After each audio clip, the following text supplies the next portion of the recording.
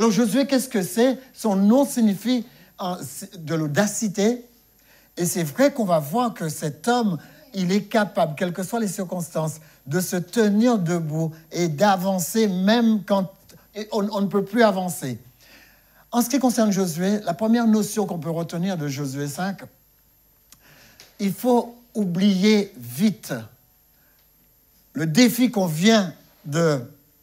auquel on vient d'être confronté et faire face à d'autres défis. Josué nous apprend une chose dans son histoire. La première chose, le premier défi qu'il a eu, c'est que pour entrer dans cette nouvelle terre que Dieu avait promis à Moïse et à tout le peuple, Dieu a désigné Josué. Et quand il a désigné Josué, Josué avait traversé tout le désert avec les Israélites qui étaient morts, les enfants avaient grandi et on n'avait plus circoncis les enfants pendant tout ce temps-là. Quand ils sont arrivés devant Jéricho, on a entrepris la circoncision. C'était le premier défi. Josué a coupé donc le prépuce de tous ceux qui avaient plus de 20 ans, et même les plus jeunes. Et donc, alors qu'ils allaient attaquer une ville et que la ville les attendait, tout le monde était malade. Vous savez, quand on est trop grand pour être circoncis, ça se passe mal. Pendant que les gens souffraient, Josué, lui, intercédait devant Dieu. Il faisait confiance à Dieu parce qu'il était hors de question s'il soit attaqué à ce moment-là. Israël aurait été détruit. Donc, en ce qui nous concerne, nous avons aussi des défis auxquels nous faisons face. Nous avons des défis auxquels nous faisons face dans toutes circonstances. Ce matin, vous avez parlé de ces circonstances où on a du mal à être soi-même, on a du mal à persévérer. Et ces circonstances, je pourrais les nommer tempêtes. La Bible parle de tempêtes, il dit que l'Éternel est au milieu des tempêtes. Et moi, je voulais vous poser une question. Vous avez tous vu à la télé ce qui s'est passé l'année dernière à Saint-Martin. Vous avez tous vu ce qui s'est passé dans la tempête encore dernièrement. La question à se poser, c'est est-ce que nous aussi, nous faisons face à des tempêtes? Il y a des gens qui font face à des tempêtes par rapport à la maladie. Il y a des gens qui font face à des tempêtes par rapport aux finances. Il y a des gens qui font face aux tempêtes par rapport à leur scolarité. Nous avons toute forme de tempête. Maintenant, il y a des caractéristiques dans une tempête. Est-ce qu'une tempête est faite pour nous détruire vraiment? Qu'est-ce qui s'est passé après Saint-Martin ou après la Guadeloupe et la Martinique? Quand la tempête est passée, qu'est-ce qui se passe? Avant la reconstruction, qu'est-ce qui se passe au niveau de l'air? Si l'air est pollué, qu'est-ce que la tempête fait? Elle purifie, elle emporte tout. Une tempête, c'est une très bonne chose, en fin de compte. Et parce qu'une tempête, c'est une très bonne chose, ce qu'on peut se dire, c'est que la tempête est là non seulement pour purifier l'air, mais elle est là aussi pour vérifier si on a bien construit. Vous n'avez pas remarqué ça? Quand une tempête passe, tous ceux qui se sont négligés dans la construction, ils sont obligés de recommencer. Les amis, c'est exactement la même chose pour notre vie. Quand nous faisons face à des difficultés, si nous sommes des gens négligents, on va le voir. Quand nous faisons face à notre organisation financière, si nous sommes des négligents, ça va se voir. Hier, j'étais en train de regarder les 5 acteurs américains qui ont tous été ruinés parce qu'ils avaient une mauvaise organisation financière. Je ne vous dirai pas les noms, mais vous pourrez regarder ça sur le net. Et des gens que vous vous imaginez même pas. Alors, quand vous devriez faire face à des difficultés, est-ce que vous avez des peurs? Est-ce que ça vous arrive d'avoir peur quand vous faites face à des difficultés? Qu'est-ce que je vais faire pour l'école de ma fille? Qu'est-ce que je vais faire pour l'école de mon fils? Qu'est-ce que je vais faire? Ma nouvelle voiture vient de tomber en panne. Les amis, quand vous êtes confrontés à ces difficultés, que vous font les peurs?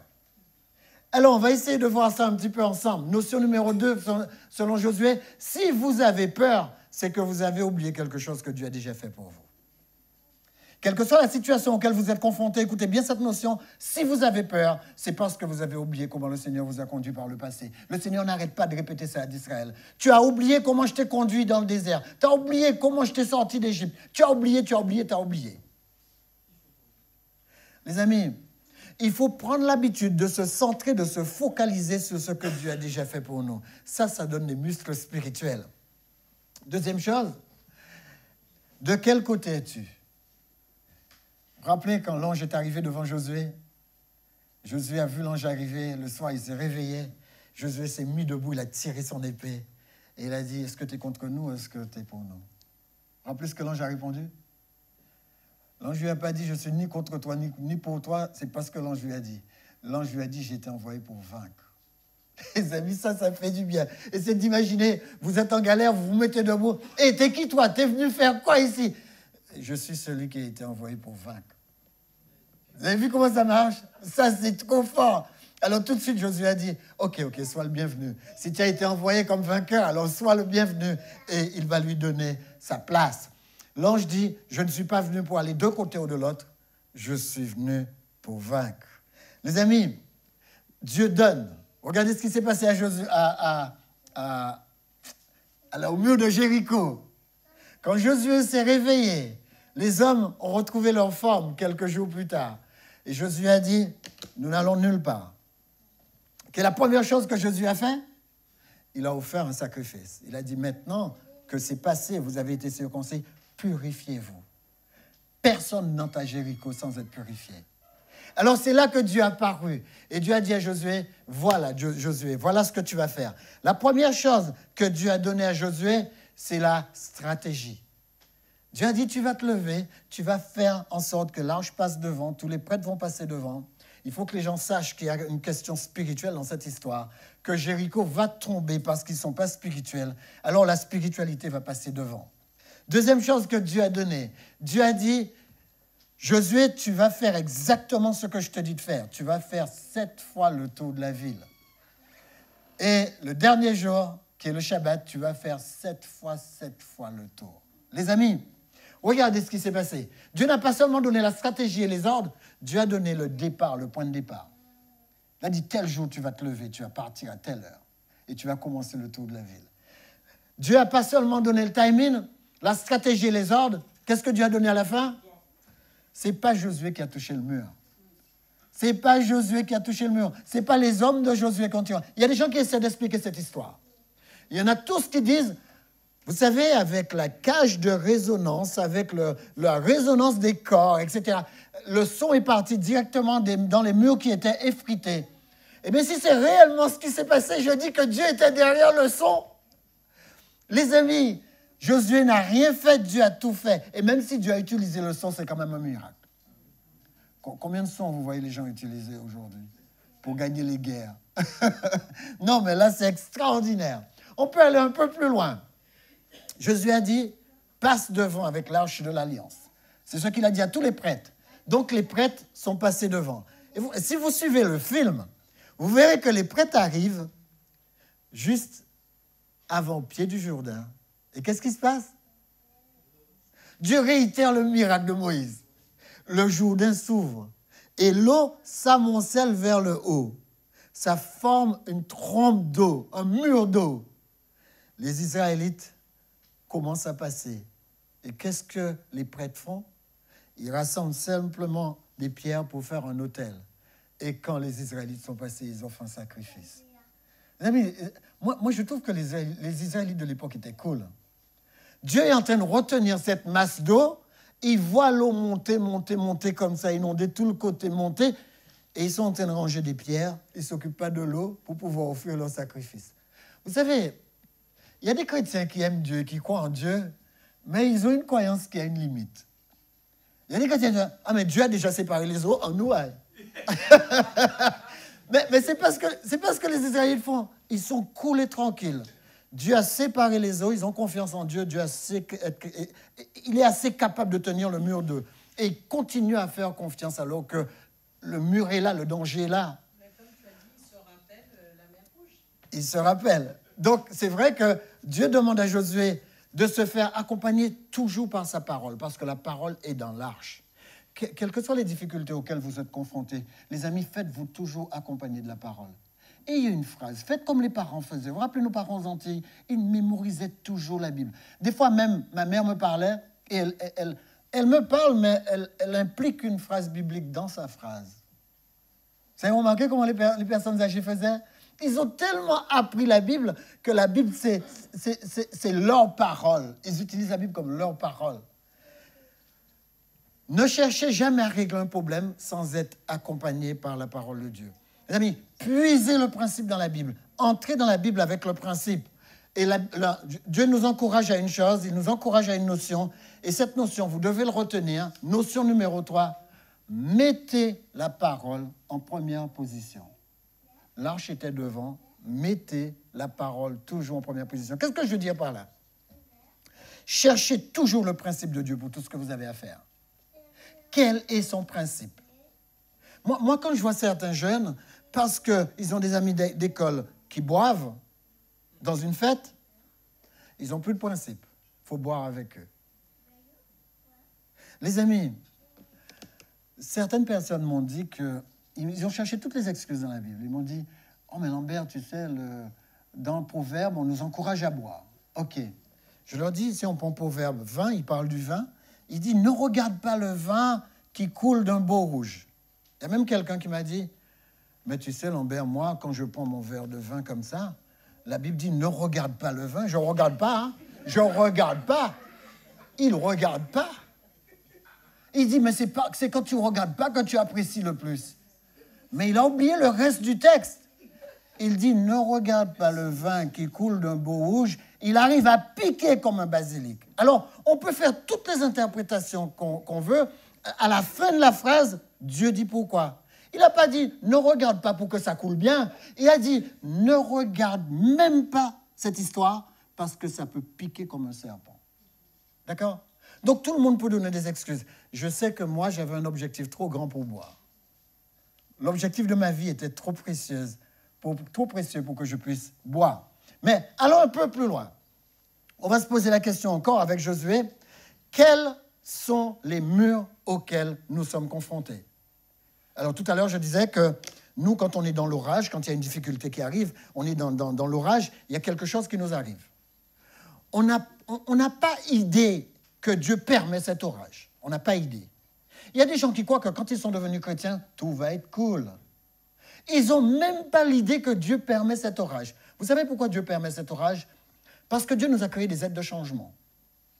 Il le dit, regardez bien, en 1 Corinthiens 13, il dit bien, au verset 10, il dit que moi, je vous accompagnerai dans les tests.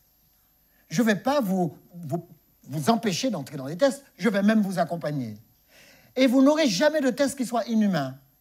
Mais les amis, sachez une chose, la raison pour laquelle Dieu veut que nous soyons testés, c'est parce que Dieu ne veut pas des gens qui restent toujours au même niveau. Et comprenez que vous aurez des orages. Comme Janie a dit ce matin, si vous avez mal organisé vos finances, l'orage arrive. Si vous n'avez pas payé vos impôts, l'orage arrive. Les amis, organisez vos finances. Il y a trop de chrétiens qui passent par des orages financiers. Et c'est pareil pour la maladie. Vous savez que la maladie que vous avez maintenant, c'est ce que vous avez fait comme erreur alimentaire dans les 20 dernières années. Il y a des gens qui ne se rendent pas compte. Il y a quelqu'un qui m'a dit, « Ah non, non, le mien, c'est héréditaire. » Vous savez combien de maladies sont héréditaires? 2%. Il faut vraiment que vous n'ayez pas de chance. 2%. Vous savez que la plupart des maladies que vous avez ne sont pas héréditaires. Ils sont le résultat de connaissances que vous n'avez pas. Quand une personne est venue me voir cette semaine, il me dit, je mets 2 cuillères de chocolat sucré dans mon lait et je mets 2 cuillères de sucre blanc dans mon lait, sinon je ne peux pas le boire. J'ai dit, tu as fait ça pendant combien d'années? Il me dit, oh, mais je ne sais pas, depuis l'âge de 12 ans, j'ai toujours fait ça. Ça fait presque 20 ans que tu fais ça. Et alors, tu es venu me voir pourquoi? Je crois qu'on m'a diagnostiqué un début de diabète. J'ai dit, tu as mis 30 ans pour le faire, c'est un exploit. Presque 30 ans, il a mis pour faire ça. C'est un exploit. C'est que Dieu t'a donné une hyper constitution. Tu as une constitution solide. Parce que pour avoir bu tous les matins dans du lait de vache,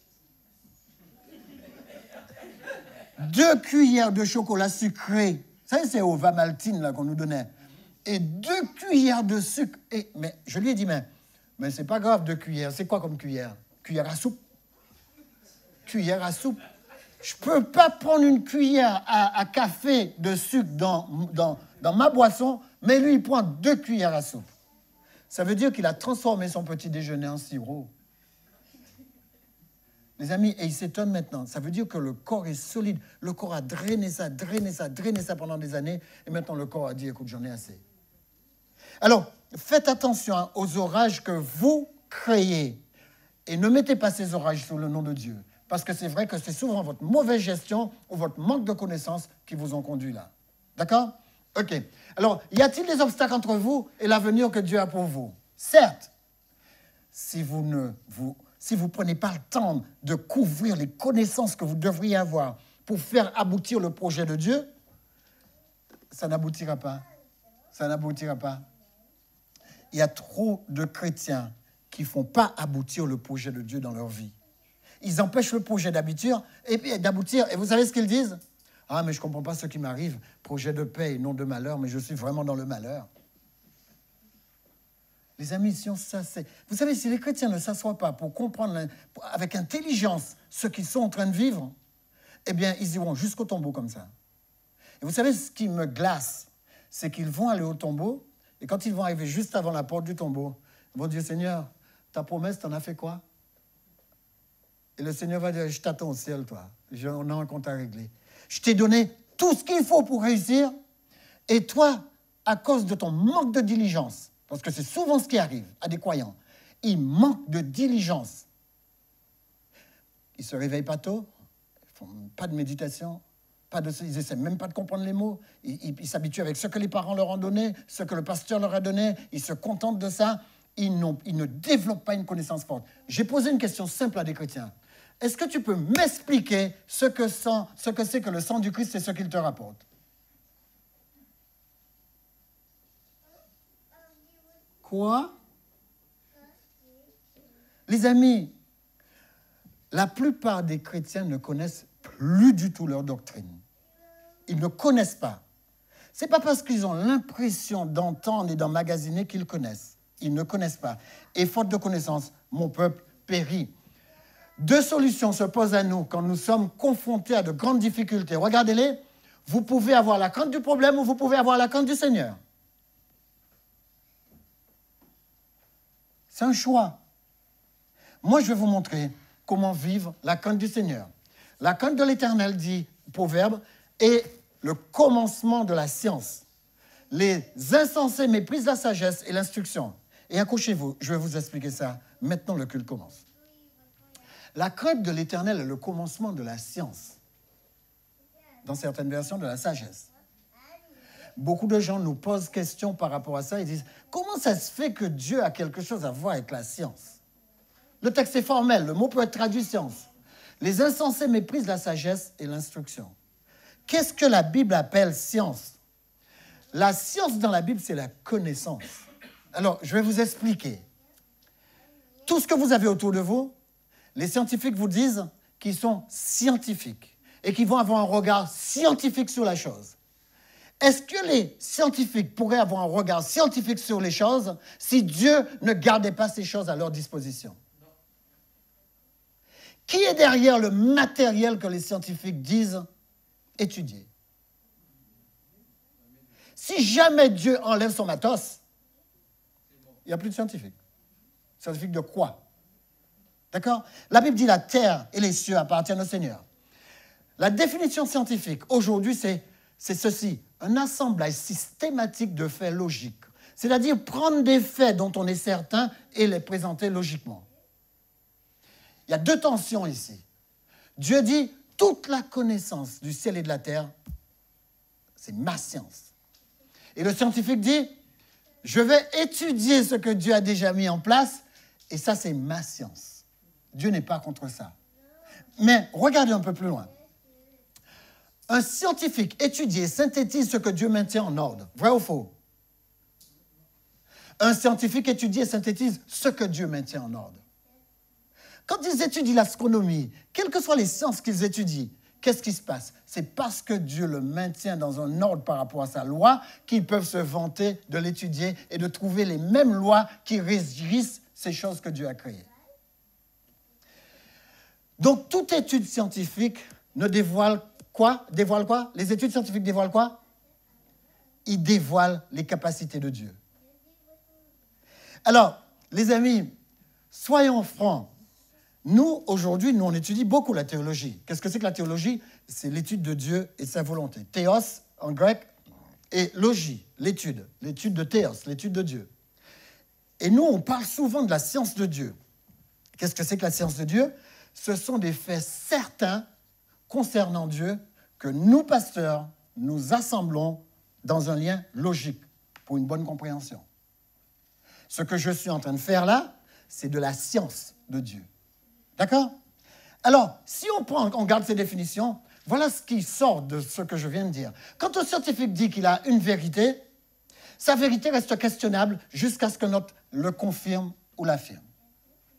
Et regarde ce qui se passe souvent. Souvent, il y a un scientifique qui arrive derrière et qui peut l'infirmer, l'affaiblir, le détruire, le rendre caduque. En ce qui concerne Dieu, est-ce que ça se passe? Est-ce que quelqu'un peut venir derrière Dieu et dire que « Ah mais Seigneur, maintenant j'ai la preuve que ce que tu as dit, c'est pas ça ». Ça ne marche pas. Vous savez pourquoi ça ne marche pas? Parce que Dieu n'est pas comme nous. On est obligé d'étudier les affaires de Dieu pour en faire une vérité, alors que la Bible dit que quand il avait dit, c'est une certitude, car il est la vérité. Il n'a pas la vérité, il est la vérité. C'est-à-dire que quand Dieu dit quelque chose, la chose vient à sa réalisation. Quand un scientifique dit quelque chose, on doit passer derrière lui pour le vérifier. Personne ne passe derrière Dieu pour vérifier quoi que ce soit. Parce qu'il est lui-même la vérité. La Bible dit, il est la vérité. Dieu n'a rien à prouver. La preuve est dans ce qu'il a dit. Il n'a rien à prouver. Le ciel et la terre, dit-il, passeront, mais ma parole subsistera toujours. Qu'est-ce que Dieu est en train de dire? Il est en train de dire, tous les faits produits par la parole peuvent disparaître. Mais la parole est comme moi. La parole, c'est moi. La parole ne disparaîtra jamais. Parce que dans la parole, il y a la puissance régénératrice et génératrice. Jamais la parole de Dieu ne disparaîtra. Elle ne peut pas disparaître. Si la parole de Dieu disparaît, Dieu disparaît. Parce que la parole est aussi immuable que Dieu. Alors j'ai voulu prendre le mot « la crainte de l'Éternel », qui est « Yéraï Adonai ». D'accord? C'est la crainte, c'est la peur, c'est même la terreur. Je ne sais pas si vous vous rendez compte. Les gens ne se rendent pas compte quand ils se présentent devant Dieu qui est Dieu. Ce mot signifie aussi la terreur de Dieu. D'accord? Mais il signifie aussi le respect, la révérence et la piété devant Dieu. Alors la crainte de Dieu, parlons-en. Qu'est-ce que c'est que cette crainte? Si je crains Dieu, je dois avoir un grand respect pour lui et lui obéir. Les amis, quand Dieu dit que les hommes, quand Israël ne me craint pas ou les hommes ne me craignent pas, Dieu veut mettre l'accent sur un manque de respect. Notion numéro 4, quand vous avez la crainte de Dieu, vous perdez la crainte de tous les problèmes. Si vraiment vous avez la crainte de Dieu. Moi, ça fait déjà plus de 20 ans que je suis dans le ministère pastoral et je me suis rendu compte que des chrétiens, à force de fréquenter Dieu, n'ont plus la crainte de Dieu. Je ne sais pas si vous avez fait la même remarque comme moi. Il y a des gens, à force de fréquenter Dieu, vous savez, quand vous fréquentez quelqu'un, vous savez, Dieu, quand il se présente, qu'est-ce que Jésus dit? Notre Père. Dieu, quand il se présente comme un Père. Pourquoi Dieu se présente comme un Père? Parce que Dieu veut que nous ayons cette même image pour pouvoir savoir exactement où il se place. Mais seulement sur la terre, les choses se sont un peu mal passées avec nos pères. D'accord? Et comme ça s'est mal passé avec nos pères, nous, on fait une translittération de ce que nous sommes en train de vivre sous la personne de Dieu. Et c'est la raison pour laquelle beaucoup de chrétiens ne respectent plus Dieu. Alors vous allez dire, oui, Lambert, donne-nous quelques exemples où les gens ne respectent plus Dieu. Je vais essayer.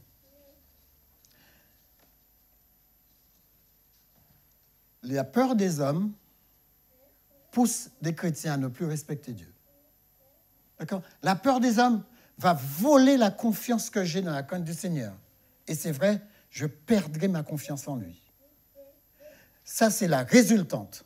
Maintenant, je vais dans la réalité, c'est-à-dire dans ce qu'on peut voir. Quand vous avez des chrétiens autour de vous, voilà certaines choses que vous voyez. Il y a des chrétiens qui vont à l'école et qui sont remplis de faits scientifiques. On leur donne les faits scientifiques. Quand ils reviennent, ils questionnent tout en ce qui concerne Dieu et ses œuvres. Ils peuvent tout savoir sur Dieu. Et la notion, elle est là. Vous pouvez tout savoir sur Dieu, mais cela ne fait pas de vous un enfant de Dieu. Je vais vous expliquer ce que c'est que la crainte de Dieu. La crainte de Dieu, c'est de faire selon le respect qu'on lui doit. Alors, voilà ce que ça veut dire. Ça signifie que je ne peux pas faire des choses pour que les gens voient que le nom que je porte est bafoué. Par exemple, je ne peux pas être un chrétien et poser des bombes. Je ne peux pas être un chrétien et voler dans un magasin. Je ne peux pas être un chrétien et vivre avec quelqu'un qui n'est pas ma femme. Je ne peux pas être un chrétien et parler comme des gens qui parlent dans la rue. Je ne peux pas être... Ça ne marche pas. Chaque fois que les gens me regardent, les gens, ce n'est pas moi qu'ils voient. Sérieusement, les gens voient ce que je représente. Ils ne me voient pas, ils voient ce que je représente. Et dire, c'est ce que Dieu a fait pour lui. Les amis, et c'est systématique. Les gens n'ont pas besoin de vous connaître pour savoir que vous êtes chrétien. Uniquement votre manière de parler, votre démarche, votre manière de vous habiller. Les gens voient que vous êtes... Il y a quelque chose là qui est différent. Et quand vous avez quelque chose de différent, c'est-à-dire Dieu a mis son empreinte sur vous et que vous agissez comme vous ne devriez pas agir, en sautant le métro sans ticket ou en faisant des choses comme ça, les gens le voient. Il dit, mais comment une personne comme ça peut faire ça? Et vous dites, oui, mais Lambert, les gens sont des athées, ils ne voient pas ça. Je vais vous dire quelque chose. Les athées, ce sont des gens qui cherchent le plus Dieu. Vous savez pourquoi ils renient Dieu? Ils renient Dieu parce qu'ils veulent provoquer Dieu. Ils veulent que Dieu se manifeste. Et quand Dieu se manifeste dans la vie des athées, vous avez vu à la fin de la vie de la plupart des athées, ils se convertissent. Pourquoi ils se convertissent? Parce qu'ils ont provoqué Dieu et Dieu a répondu présent. Et quand ils ont provoqué Dieu, ils n'ont pas provoqué de la mauvaise manière. Ils ont provoqué Dieu de la bonne manière. Parce que la Bible dit, l'Éternel se dévoile à ceux qui le recherchent d'un corps sincère. Regardons-nous. Vous pouvez être touché par un chant, une parole de Dieu, et pleurer sur votre état, et vous faire baptiser, et ne pas être en quelques mois un enfant de Dieu. Moi, j'ai vu trop de gens, parce qu'ils sont baptisés, croire que le ciel leur est ouvert, parce qu'ils appartiennent à une religion, parce qu'ils sont là tous les week-ends. C'est faux. Beaucoup de gens vont à l'église et ne mettront jamais les pieds au ciel. Moi, je leur dis, double perte de temps. Double perte de temps. Double perte de temps. Regardez celui-là. Dieu est un père de famille. Vous pouvez connaître votre père et son caractère et n'avoir aucun respect pour votre propre père. Ou non, ton père et ta mère. Les amis, comment est-ce que vous pouvez ne pas respecter votre propre père, votre propre mère et croire que vous allez respecter Dieu? Alors que Dieu se présente comme un père pour vous dire, la manière dont tu respectes ton papa, tu vas finir par me respecter. Comment est-ce que je peux manquer de respect à mes parents et croire que je ne vais pas manquer de respect à Dieu? Les amis, si vous voyez la suite, toute votre connaissance sur Dieu ne fait pas de vous un enfant de Dieu. Toutes vos connaissances sur votre papa ne fait pas de vous un enfant de votre papa. Manque de respect. Il ne reste quoi? Il ne reste que le côté paternité générateur. C'est tout ce qui reste. Donc Dieu devient votre pater générateur. C'est tout. C'est la raison pour laquelle vous devriez vous remettre sans cesse en question. Qu'est-ce qu'un père? Une personne craint et respectée. Voilà ce que dit la Bible. Qu'est-ce qu'un père? Sans respect, il n'est plus qu'un géniteur qui a perdu sa représentativité éthique et morale. Les amis, soyons forts dans les mots. Les mots sont ce qu'elles sont. Un père ne fait pas semblant. Il n'y a personne qui soit père pour le fun. C'est pareil pour Dieu. Dieu n'est pas père pour le fun. Un père, c'est un véritable père. Ce n'est pas parce que je me dis père que je suis vraiment père. Mais Dieu se dit père et il l'est. Regardez, si un homme veut être craint et respecté comme père, il doit revêtir le caractère de Dieu. Car Dieu, notre Créateur, n'a aucun problème à être respecté parce qu'il est vrai. C'est pourquoi j'encourage les pères à ne pas décourager la foi de leurs enfants. Soyez vrais. Soyez à 100% ce que vous êtes. Ne faites pas des choses en camouflé. Ne faites pas en sorte que vous soyez chrétien, vous louez l'Éternel avec eux, et qu'un jour ils découvrent quelque chose qui ne représente pas Dieu. Les amis, soyez clean, soyez propres, soyez purs. Battez-vous pour ça. Écoutez, vous savez, c'est simple d'être pur. Il suffit simplement de l'imaginer et on devient ce qu'on imagine. Je veux être pur, je veux être saint, je veux être parfait. Jésus est déjà mort sur la croix pour nous le donner. Pourquoi est-ce que je ne peux pas rentrer dedans? Je ne peux pas rentrer dedans parce que je ne me l'imagine pas. Pourquoi je vous dis ça? Vous ne pouvez être que ce que vous imaginez. Si vous ne pensez pas ce que je viens de dire, vous ne le serez jamais. C'est comme ça que ça marche. La pensée fonctionne comme ça. Si je ne pense pas une chose, je ne l'aurai jamais. Si je ne pense pas un jour avoir une maison, je n'aurai pas de maison. Si je ne pense pas un jour avoir une femme, je n'aurai pas de femme. Il faut que ça rentre dans ma pensée et que ça devienne déjà virtuellement conçu. Et la réalité vient parce que je suis une personne de foi. La Bible dit que tout ce que vous voulez, Dieu peut donner au-delà de ce que vous imaginez et que vous pensez. Au-delà de ce que vous imaginez. Mais si vous n'êtes pas avec Dieu, continuez à imaginer, à penser et faites un flop. Les amis, soyez sincères avec Dieu. Comment est organisées vos finances? Est-ce que Dieu est dans vos finances? Comment est organisée votre famille? Est-ce que Dieu est dans votre famille? Comment est organisée votre journée? Est-ce que Dieu est dans votre journée? Vous l'avez dit ce matin, ce qu'un homme sème, il le récoltera sûrement. Qu'est-ce que vous semez et quelle récolte cherchez-vous? Cette question est fondamentale. Si vous avez oublié tout ce que j'ai dit, si un jour je devais périr, gardez ce culte. Gardez ce culte. Ce culte nous ramène vraiment là où nous devons être. Les athées croient plus en Dieu que nous. Ils recherchent Dieu, ils provoquent Dieu, ils parlent de lui à chaque occasion. Chaque fois que vous rencontrez un athée et que vous parlez de Dieu, il monte sur ses gonds. Ils recherchent Dieu. Moi, j'ai vu sur Internet la quantité de personnes bien illustrées pendant toutes ces années. Ils ont provoqué Dieu et aujourd'hui, ils sont convertis. Les athées recherchent Dieu. Ils recherchent Dieu à travers vous. Quand ils vous posent des questions, ils vous disent « Dieu n'existe pas ». Qu'est-ce que vous pouvez leur apporter pour lui montrer que Dieu existe? Les amis, Dieu se laisse trouver si on le cherche d'un corps authentique et pur. Ce n'est pas étonnant qu'à la fin de leur vie, certains athées le trouvent. Pourquoi un croyant s'enthousiaste devant un culte et se retrouve dans sa détresse une fois le culte terminé? Moi, j'ai vu tellement de personnes venir après un culte me dire « Pasteur Lambert, mais ce message, c'est le Saint-Esprit qui me l'a donné. » et partir et faire n'importe quoi quelques jours plus tard. C'est incroyable. C'est pourquoi je dis aux gens, mais si tu as entendu quelque chose qui a changé ta vie, va, écris-le pour ne pas l'oublier et commence par l'appliquer dans ta vie. C'est tout ce que Dieu demande. Applique-le dans ta vie. Tu veux devenir quelqu'un de formidable, tu ne seras jamais quelqu'un de formidable par procuration. Pourquoi un croyant peut écouter la parole de Dieu, dire Amen et ne jamais le pratiquer? Est-ce que c'est possible? Oui, c'est possible. Je le vois. J'ai même vu quelqu'un qui m'a dit un jour, il m'a dit, non Lambert, l'église c'est l'église et la semaine c'est ma vie privée.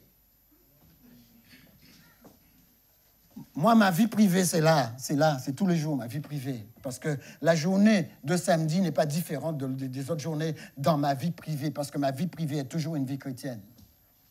Comment est-ce que des gens peuvent croire que Dieu leur dit, écoute, mets ton manteau du week-end, viens m'adorer et enlève-le et fais ce que tu veux dans ta semaine. Je ne sais pas où est ce texte, je ne l'ai pas trouvé. Les amis, soyons conscients. Pourquoi un croyant peut-il quitter son église et le soir même se retrouver devant des images qui discréditent Dieu?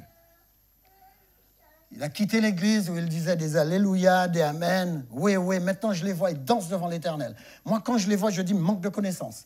Il y en a qui dansent devant l'Éternel, crient devant l'Éternel. Maintenant, je vois certains qui disent baobab, baobab, comme s'il faisait que planter des baobabs. Ils parlent en langue. Les amis, ça me fait rire tout ça. Et quand vous venez leur poser une question concise, aucune racine. Aucune racine. Répète la même chose. Jésus est mort sur la croix pour... Il répète la même chose. Jésus est mort sur la croix pour te donner la vie.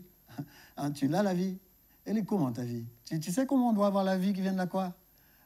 Oui, une vie bien, une vie bien. Tu as une vie bien? Oui, ça viendra. Ça vient toujours et ça n'arrive pas. Il ne se pose pas plus de questions que ça. Ça vient toujours et ça n'arrive pas. Les amis, battez-vous pour être des chrétiens consistants. Pourquoi un croyant arrive-t-il à faire avec le sourire en prenant du plaisir ce qui gâche l'image de Dieu en lui? Pourquoi est-ce que certaines personnes font ce que Dieu ne veut pas, ils le font avec le sourire et ils se réclament de Dieu? Je ne sais pas où ça va, mais ça va trop fort. Le croyant fait ça parce qu'il a perdu la crainte de Dieu. La crainte de Dieu doit nous donner la chair de poule. C'est parce que Dieu ne tonne pas sous la montagne. Rappelez-vous les Israélites. Quand Dieu a commencé à parler sous la montagne, ils ont dit « Moïse, parle-nous. Ne laisse pas Dieu nous parler. » C'est parce que Dieu ne tonne plus. Vous savez, il y a des gens qui ont transformé Dieu dans un petit cajoleur. Ils disent « Ah, mais Dieu, mon amour, c'est Dieu. » On les entend dans certaines chansons. « Oh, Seigneur, je te donne... » On dit à un homme qu'il parle. Seigneur, je te donne ma vie, prends-moi dans tes bras. Et quand ils ont fini le chant, ils font des choses que Dieu désapprouve. Moi, je préfère que vous fassiez exactement la même chose. Seigneur, prends-moi dans tes bras d'amour. Pas de problème, j'ai aucun problème à ça. Mais ce que Dieu veut, c'est est-ce que toi, tu es capable de représenter mon caractère? Est-ce que tu es capable de te dresser pour représenter mon caractère? Parce que moi, j'ai fait des projets sur toi. As-tu oublié mes projets? Les gens ont perdu la crainte de Dieu. Et quand on perd la crainte de Dieu, on perd la gloire de Dieu. Parce que la gloire de Dieu, c'est la présence de Dieu. C'est-à-dire qu'on perd l'accompagnement de Dieu. Le croyant qui n'aime pas Dieu ne s'approche plus de lui. En ne s'approchant plus de lui, il montre que Dieu n'est plus précieux à ses yeux. Et c'est vrai que petit à petit, l'image de Dieu devient floue en lui. Il est bien habillé, il chante toujours des louanges, mais ça sonne creux. Il ne sait pas que Dieu s'est retiré de lui. Comme dans l'histoire de Samson. Vous savez, rappelez-vous Samson.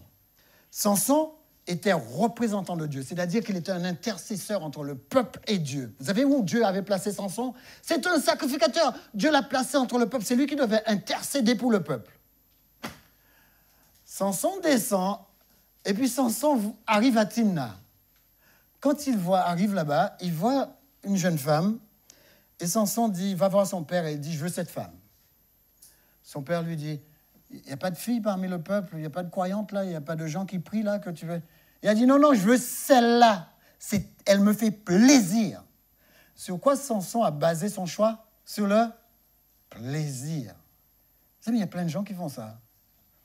Ils mettent quelqu'un de tordu dans leur foyer, sous couvert de plaisir, et après il dit « Pasteur, est-ce que tu veux venir bénir plaisir, s'il te plaît ?» Les amis, ça ne marche pas. Cherchez une personne qui aime votre Dieu, une personne qui aime vraiment votre Dieu.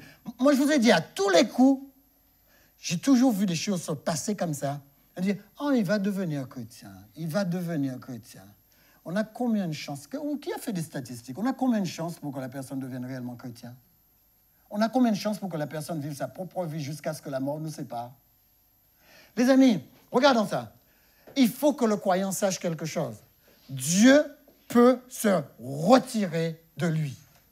Et quand Dieu se retire du croyant, la vie du croyant est pire que lorsque le croyant a commencé.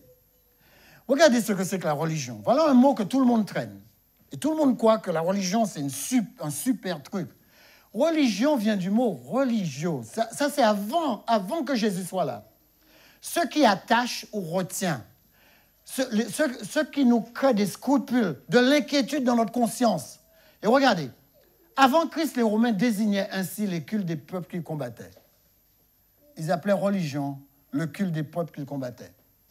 Regardez ça. Quelques années plus tard, après Jésus, il a paru un théologien catholique, Cicéron. Cicéron a rattaché ce mot à relegere, c'est-à-dire relire, revoir avec soin, rassembler. Vous avez compris, le mot commence à être rassemblement. Avant, c'était tous les cultes païens. Maintenant, ça commence à être tous les gens qui se rassemblent pour pouvoir relire les choses. OK, parce que comme ça, ils arrivaient à relire tout ce qui était religieux. Tertullien, au IIIe siècle, qu'est-ce qu'il va faire? Tertullien, juste avant le IIIe siècle, excusez-moi, Tertullien et Lactance vont le rattacher à ce mot-là, religare. Tous les protestants vous diront que le mot religion a à voir avec religare. Religare, c'est le troisième mot auquel on a rattaché religion. Et religare signifie relier, attaché. Et eux, Tertullien, c'est un prêtre, il a voulu rattacher ça à ça pour représenter le lien de piété qui rattache à Dieu. Quelques années plus tard, cette dernière définition a été fabriquée pour le christianisme, mais quelques années plus tard, elle a été étendue à toutes les formes de manifestation envers le sacré. C'est-à-dire que ce soit le bouddhisme, l'hindouisme, tout ce qui est isme, ils sont devenus aussi religion que le christianisme. Vous voyez que ce mot n'est pas dans la Bible? Ce mot n'existe pas dans la Bible. Le mot religion n'existe pas dans la Bible. Vous avez vu un endroit où Jésus a créé une religion? Ça n'existe pas dans la Bible. Vous savez ce que Jésus a voulu? Jésus a voulu rassembler des temples. 1 Corinthiens 6, vous êtes le temple de Dieu. Il veut des temples partout parce qu'il veut s'installer dans ces temples. Vous êtes le temple de Dieu afin que quand vous touchez des gens, vous puissiez le représenter. Le temple de Dieu n'est plus un bâtiment. Le voile a été déchiré, vous ne vous rappelez pas? Le voile a été déchiré. Dieu voulait habiter à l'intérieur d'Adam et Ève. Et quand le péché est arrivé, il a été expulsé de l'intérieur d'Adam et Ève. Alors il a mis en place une sacrificature. Il a dit, maintenant, je vais me cacher dans le temple. Et chaque fois que Moïse venait, qu'est-ce que Moïse venait? Il ne pouvait plus entrer dans le temple, tellement il y avait de la buée dans le lieu très saint. Vous vous rappelez cette histoire? Quand Jésus est venu, Dieu a dit, maintenant, je vais rentrer dans la réalité. Quand Jésus est mort sur la croix, qu'est-ce qui s'est passé? Le voile où Dieu était caché s'est déchiré. Et Dieu est sorti. Et maintenant, Dieu a dit, c'est fini cette histoire de temple. Maintenant, vous êtes devenus mon temple. Je vais habiter en vous comme c'était prévu depuis la création du monde.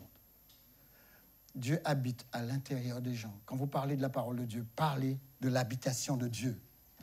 Les amis, approchez-vous de Dieu, il s'approchera de vous, dit Jacques. Nettoyez vos mains, purifiez vos cœurs, et Dieu s'approchera de vous. Approchez-vous de Dieu, approchez-vous de lui, parce qu'il est la pierre vivante, rejetée par les hommes, mais choisie et précieuse devant Dieu. Voilà la notion numéro 5. Dieu n'est pas un Dieu de religion, mais de relation. Ça, c'est une notion importante. Dieu est un Dieu de relation. Cherchez une relation avec Dieu. Ce n'est pas parce que vous êtes dans un endroit où vous entendez la parole de Dieu que Dieu est au milieu de vous. Non, Dieu est dans la relation. Dieu vous entend dans la relation. Il vous attend dans la relation. Si Dieu est avec nous, dit Romains, qui sera contre nous? Cherchez la relation avec Dieu. Vous êtes invaincus quand vous êtes avec Dieu, parce que même si vous êtes tout seul, quand Dieu est en vous, vous avez la majorité. Les amis, battez-vous pour avoir une relation avec Dieu. Voilà la notion numéro 6. Quand vous avez la crainte de Dieu, vous n'avez plus la crainte des hommes. C'est fini. Vous n'avez plus la crainte de rien qui est matériel. Vous n'avez plus la crainte de ni institution, ni administration. Vous n'avez plus aucune crainte. Et c'est seulement là que vous pouvez vous targuer d'une chose, que tout est à votre portée, parce que tout est à la portée de celui qui croit. Que Dieu vous bénisse, que Dieu vous garde. Je voulais prier avec vous, je voulais que vous en fassiez quelque chose de personnel. Alors on va juste incliner la tête. Éternel Père Céleste, tu nous connais. Parfois, Éternel, les vérités auxquelles nous sommes confrontés sont des vérités pénibles. Mais, Éternel, cela nous donne une belle vie. Et toi, Éternel, tu as voulu nous apporter ces vérités. Tu as voulu nous rappeler une chose, même si tout devait s'arrêter autour de nous, que tu nous attends, pas quelque part, pas dans une religion quelconque, mais tu nous attends, Éternel, de manière personnelle, dans une relation intime. Éternel, bénis-nous, ouvre des portes, Éternel, afin que tu puisses, Éternel, conduire nos familles, afin que nos familles ne se perdent pas, mais que toute notre famille t'appartienne. Éternel, que ta bénédiction soit sur nous. Ramène-nous à ta parole. Mais la parole vraie, pas la parole édulcorée. Ramène-nous à la parole vraie, la parole qui travaille la vie et qui nous permet de vivre une relation étroite avec toi. Que ton nom soit sanctifié, que ton règne vienne, que ta volonté soit faite dans notre vie, comme ta volonté est faite au ciel. Au nom de Jésus et pour ta gloire. Amen.